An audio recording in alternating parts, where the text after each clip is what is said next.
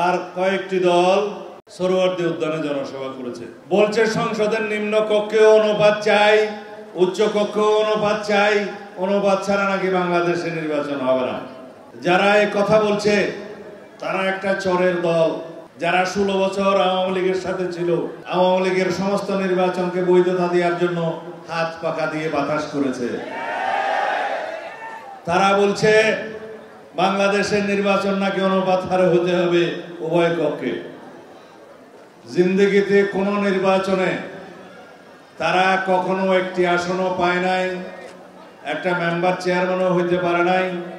শেষ পর্যন্ত একটা সিটি কর্পোরেশনের নির্বাচনে আওয়ামী লীগের অধীনে নির্বাচনে গিয়েছে, সেই নির্বাচন আমরা বর্জন করেছিলাম, সেখানে একটা দন্তম মোবারক শহীদ হয়ে গিয়েছে।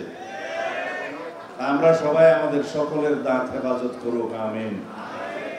আমরা বলেছি যারা আপনারা আওয়ামী লীগের সহযোগী ছিলেন, আরো কিছু কিছু দল 14 দলের নামে যারা সারা বছর সারা যুগ আওয়ামী লীগের সহযোগিতায় ছিল, তাদের ফ্যাসিবাদী শাসন ব্যবস্থা দীর্ঘায়িত করার জন্য তারা সব সময় তাদের অন্তর্ভুক্ত ছিল, কখনো 14 দলের নামে, কখনো 13 দলের নামে, কখনো বিভিন্ন রকমের দলের নাম, আমি নাম নেব না।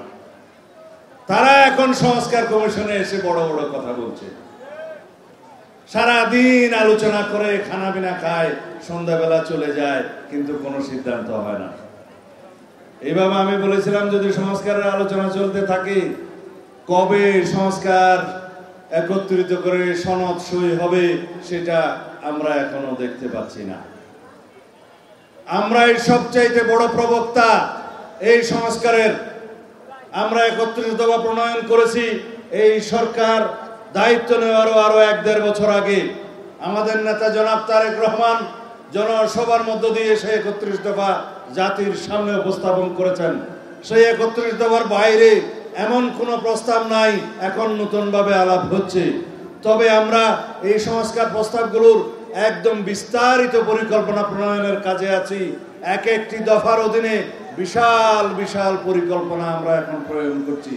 স্বাস্থ্য খাত, শিক্ষা খাত, আদালতের বিষয়, বিভিন্ন দারিদ্র্য বিমোচনের বিষয় এবং বিভিন্নভাবে সুশাসন প্রতিষ্ঠার জন্য সরকারের দেশের বিভিন্ন সেক্টরে আমরা সেই পরিকল্পনা প্রণয়নের কাজে ব্যস্ত আছি।